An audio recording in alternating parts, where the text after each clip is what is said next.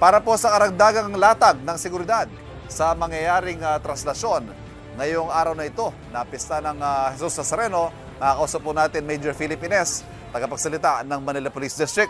Major, good morning sir. Good morning, sir. Congratulations at naging maayos yung unang yugto, ika nga, ng pagsisimula ng prosesyon natin. Anong inyong assessment?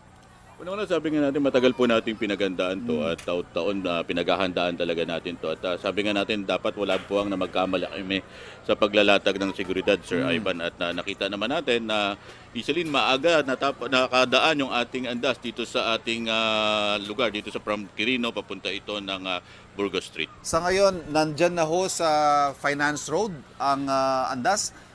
Yun ho ba, relatively, kung ikukumpara sa mga nakalipas sa taon, mabilis ba yun?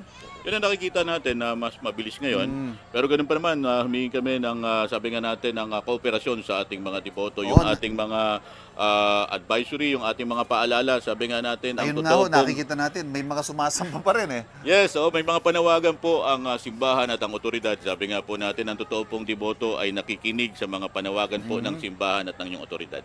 Okay.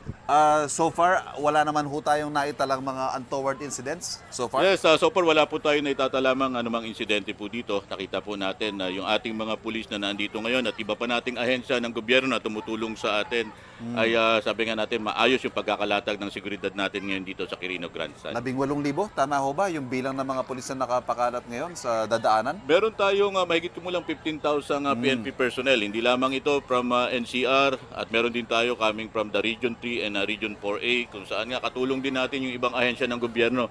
At kung mapapansin natin yung pagdadaanan po ng andas, may mga segment tayo dyan hanggang 12 segment ito. Ano ho ba mga pinaghahandaan nating segment? Kasi sa ruta ho, may mga bahagi na kikitid yung kalsada, baka merong mas makapal yung tao, paano ba? Yes, meron po tayong mga lugar doon na talaga nating tinitignan natin yung mga critical area. Ibig sabihin po yung masisikip po na kalsada.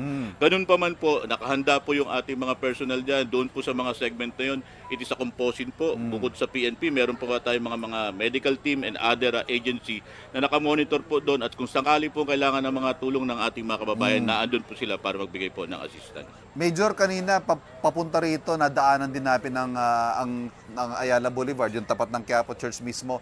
Napakarami pa rin pong vendor eh. Ano bang magiging natin sa kanila, instructions? Unang po, nakikiusap po tayo sa ating mga kababayan. Yung mga nandun po, yung mga magtitinda po natin na sumunod po tayo sa panawagan ng ating otoridad at ng simbahan.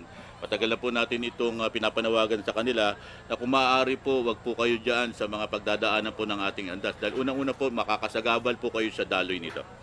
Okay, so far, so good. Naging mabilis po ang pagsisimula ng prosesyon, pero maghapon po ho tayo dito. Baka may muli po kayong panawagan sa mga deboto dahil yung bilis o bagal ho ng prosesyon ay nasa deboto rin naman eh, hindi ba? Tama kayo dyan, Sir Ivan. Kaya patuloy po tayong humihingi po ng, sabi nga, ng koordinasyon sa ating mga deboto. Sabi nga po ng simbahan, ang totoong deboto po ay sumusunod sa mga panawagan ng ating otoridad at ng simbahan po. At syempre po, yung patuloy nating sinasabi sa kanila na kung maaari po, wag po kayong sumampa. Kung di, sumamba po tayo. Ngayon po yung panahon ay pakita po natin ang ating pong pananampalataya sa ating lumika. Mga kapuso, tulad nga ng nabanggit ni Major, wala hong kailangan masaktan dito sa ating pagpapakita ng debosyon sa Poong Jesus Nazareno. Tama po. Major Philip Ines ng Manila Police District, maraming salamat sir. Yes. Good luck. Good luck. Good luck po sa pagpapatuloy ng pagbabantay sa prosesyon ng Poong Jesus Nazareno. Tayo po'y patuloy naman magbabantay ng sitwasyon dito sa Quirino Grandstand kung saan makikita natin tuloy-tuloy pa rin po ang pila para sa pahalik at may mga nananatili pa rin po dito sa tapat ng Grandstand. Kapuso, huwag magpapahuli sa latest news and updates. Mag-iuna ka sa balita at mag-subscribe sa YouTube channel ng GMA Integrated News.